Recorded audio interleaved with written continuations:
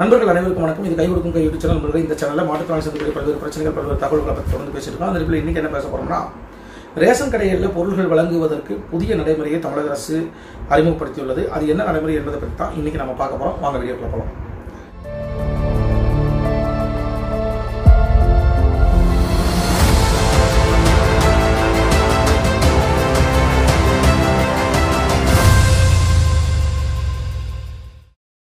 நண்பர்களே, தமிழ்நாடு முழுவதும் நியாய விலைக் கடைகளுக்கு மாற்றுத்திறனாளிகள், வயதானவர்கள், பொதுமக்கள் உள்ளிட்ட அனைவருமே செல்கிறோம்.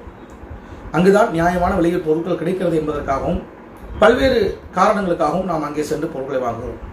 அப்படி பொருட்கள் வாங்குகிற போது ஏற்கனவே இருந்த பல நடைமுறைகளையும் படிப்படியாக மாற்றிக்கொண்டே வருகிறது தமிழக அரசு. குறிப்பாக இப்பொழுதெல்லாம் கைரேகை வைத்தால்தான் பொருள் வாங்க முடியும். அதேபோல குடும்பத்தில் உள்ள அனைவரும் குறைந்தது 3 மாதத்துக்கு ஒரு முறையாவது எல்லோரும் கைரேகை வைக்க வேண்டும். இப்படியான பல்வேறு நடைமுறைகளை கொண்டு வருகிறார்கள். ரேஷன் கார்டில் உள்ள குடும்பத்தைச் சேர்ந்தவர்களுக்கு மட்டுமே பொருள் போக வேண்டும் என்பதற்காகத்தான் கைரேகை அமல்படுத்தப்பட்டது.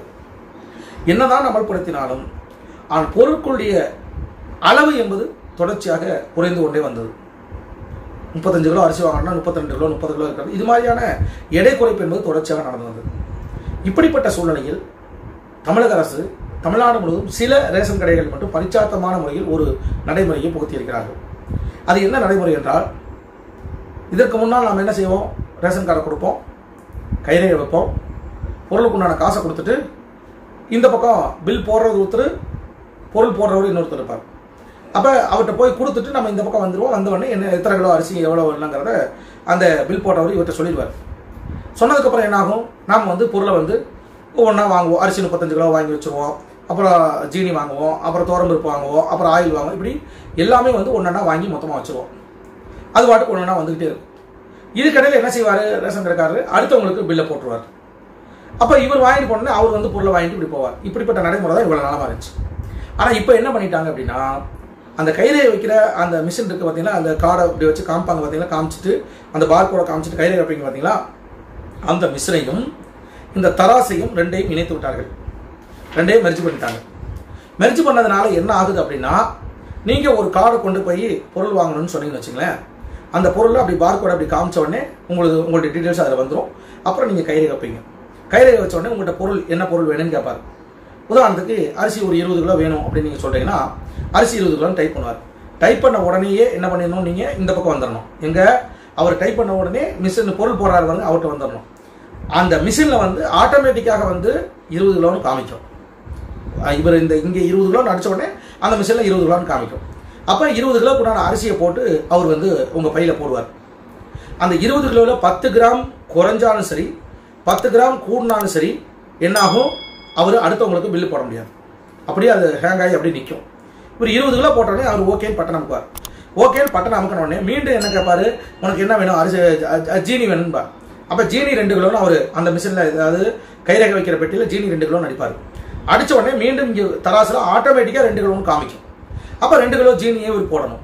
அந்த 2 கிலோவில் 10 கிராம் கூடினாலும் சரி, 10 கிராம் குறைஞ்சாலும் சரி, அவர் அடுத்த ஸ்டெப்புக்கு போக முடியாது. இப்படியாக நீங்கள் 5 பொருள் வாங்குறதா இருந்தாலும் அந்த 5 பொருளும் வாங்குற வரைக்கும் அடுத்தவங்களுக்கு பில்லே போட முடியாது.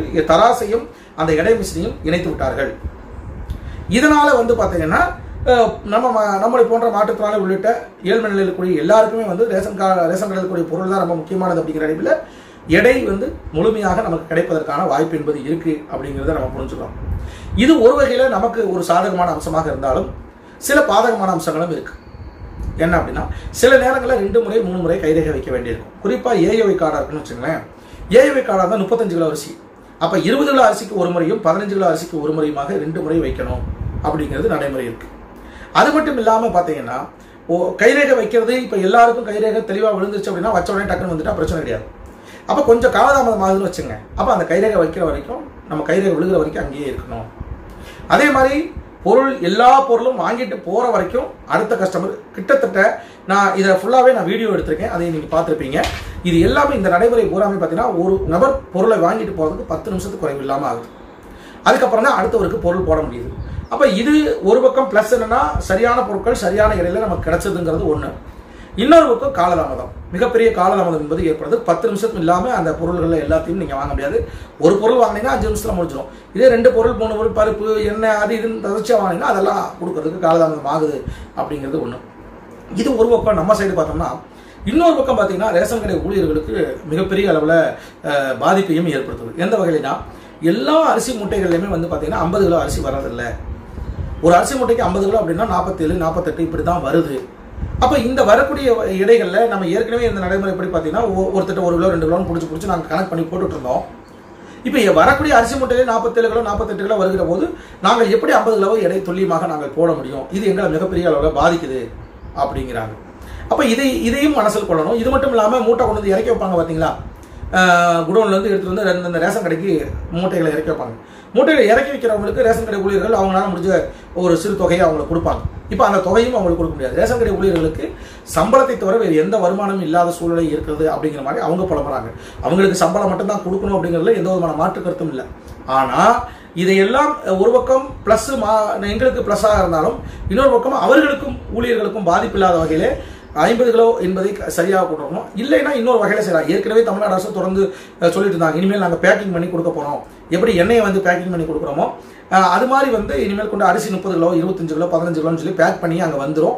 அந்த பேக்கிங் பண்ணுறதுக்கு கொடுத்துருவாங்க. அப்படி பேக் பண்ணி கொடுத்துட்டீங்கன்னா எந்த பிரச்சனையும் வராது. அப்படிங்கிறனால ஒன்று அரிசி அளவுகளை கரெக்டாக ஆரம்பித்து ஊழியர்களும் பாதிக்காத வகையில், யாரும் பாதிக்காத வகையில் ஏற்படுத்தணும்.